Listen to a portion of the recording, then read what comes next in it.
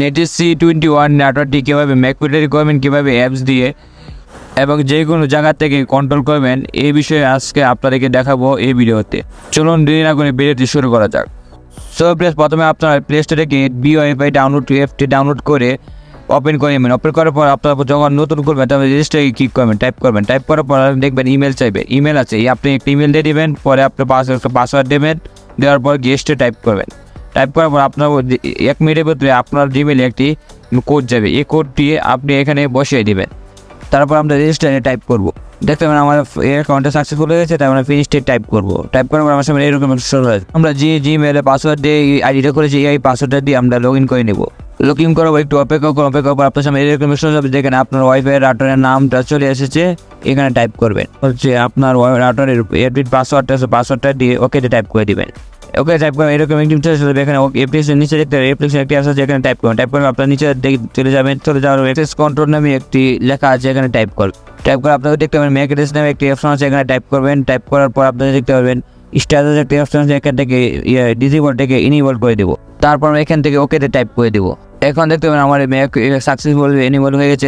তার জন্য আমাকে ম্যাকফিল্টার অ্যাড করতে হবে। তখন পর্যন্ত আমরা ম্যাকফিল্টার অ্যাড করবো না, ততক্ষণ আমার ইন্টারনেট কানেকশন চলবে না। বর্তমানে এই রাউটারে ওয়াইফাই কানেকশন থাকে কিন্তু নেট চলছে না। বর্তমানে অন্য যে রাউটারগুলো আছে সেখানে ওই ম্যাকফিল্টার অ্যাড করার সাথে সাথে ওয়াইফাইটি ডিসকানেক্ট হয়ে যায়, কিন্তু নেটের C21 এই রাউটারটি ম্যাকফিল্টার অ্যাড করার সাথে ডিসকানেক্ট হয় না। আমরা ম্যাকফিল্টার অ্যাড করার জন্য আমাকে এখানে প্লাস এখানে একটি অপশন আছে, এখানে টাইপ করে এখানে একটু রুল নেম আপনার যাকে ওয়াইফাইটা দিবেন তার নামটা রেখে দিবেন। তারপর দেখতে পাবেন সোর্স ম্যাক অ্যাড্রেস। এই ম্যাক অ্যাড্রেসটা কোথাও আপনি যাকে নেটওয়ার্ক কানেক্ট করবেন তার মোবাইলে ঢুকে সেটিং অপশনে গিয়ে ম্যাক চার্জ করলে আপনার সামনে ম্যাক অ্যাড্রেসটা চলে আসবে।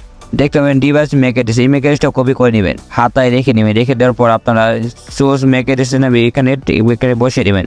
তারপর আমি বসিয়ে দিলাম। তারপর ডেট অপশন দেখছেন, এই এখানে পুরো ডেটটি সিলেক্ট করে নেবেন।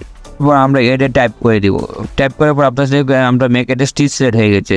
এইভাবে আপনি যতজনকে আপনার ওয়াইফাই কানেক্ট করবেন ততজনই আপনার নেট চালাতে পারবে, এর বাইরে কেউ চালাতে পারবে।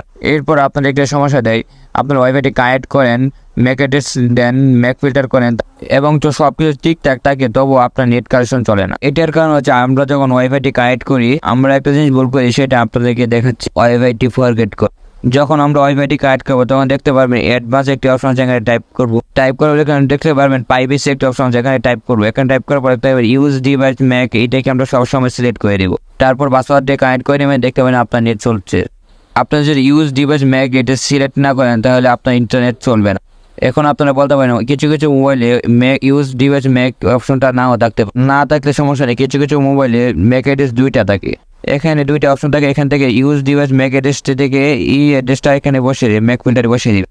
যদি ভিডিওটি ভালো লাগে এবং নতুন ভিডিও চ্যানেলটি সাবস্ক্রাইব করে দেবেন, একটি লাইক কমেন্ট করে দেবেন। এতক্ষণ পাশে থাকার জন্য আপনাদেরকে ধন্যবাদ।